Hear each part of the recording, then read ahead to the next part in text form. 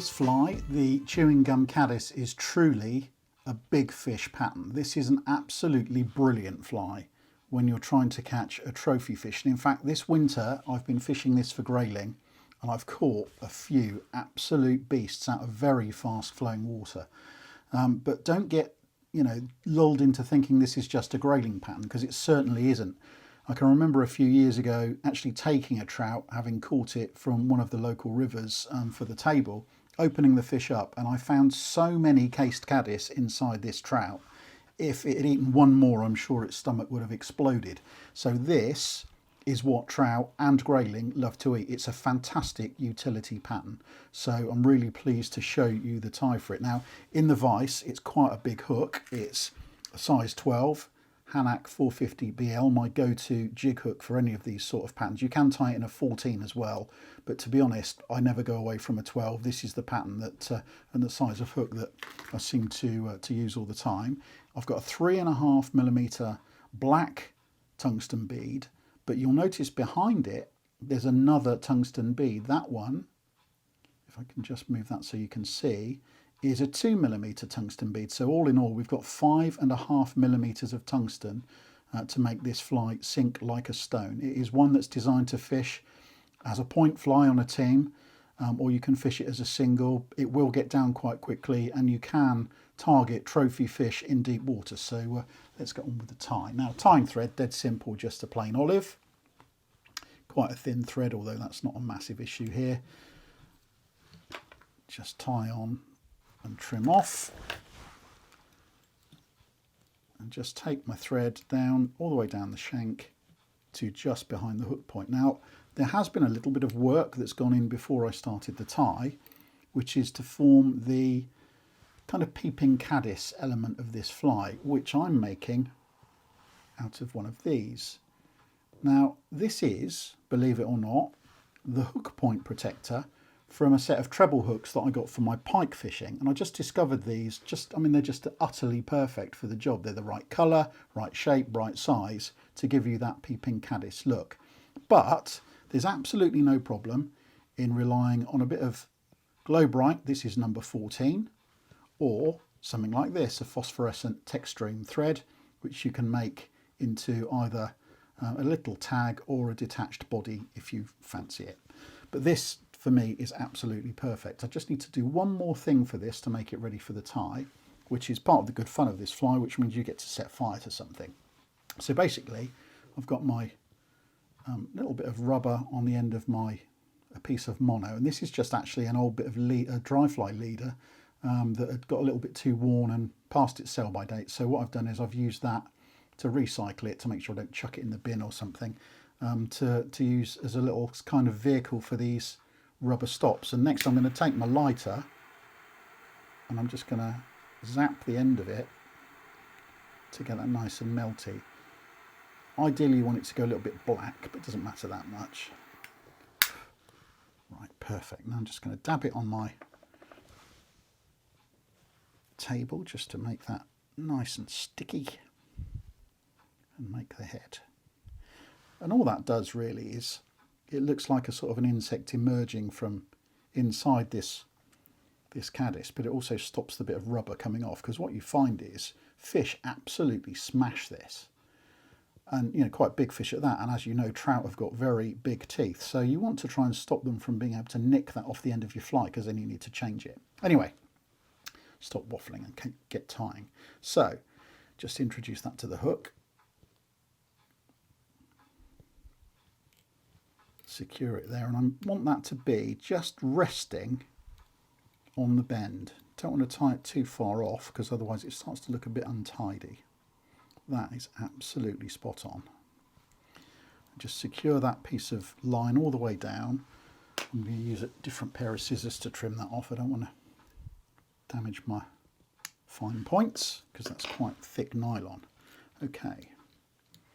Just pop a couple of turns of thread there, because that whole thing is going to be covered up by another material in a minute. I'm not bothering with a rib for this. You can if you want to, but I've never found the need.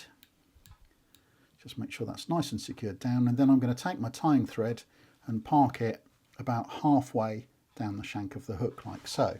Now the next material that's going in is a partridge feather, which I'm using to create the little feelers that you see on the real insect.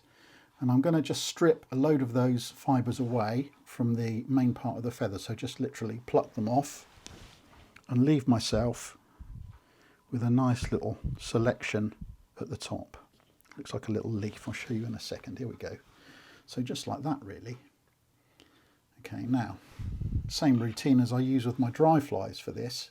I'm just going to take my hackle pliers, pinch the tips of that partridge feather like so, and brush the fibres back with my other hand.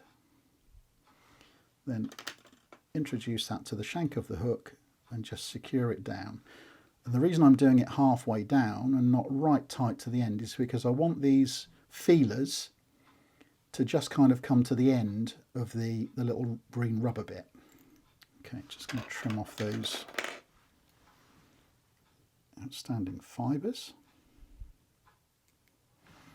Grab my hackle pliers once again.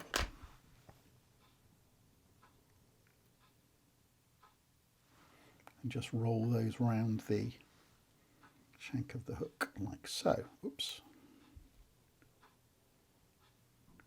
You can see them all splaying in all directions, which is exactly what I want.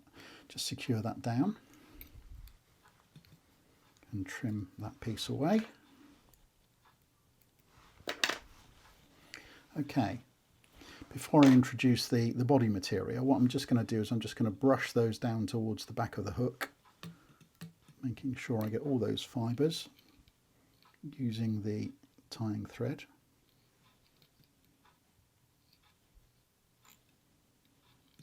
And you can kind of see that they ping out. Now, it's not a massive effect, but it's just really similar to the natural insect, which has a creature basically living in a little tube that's made out of plant material and sand and little bits of grit. So you can see it just sort of poking out of the end. Now, the key to this whole tie really is this stuff.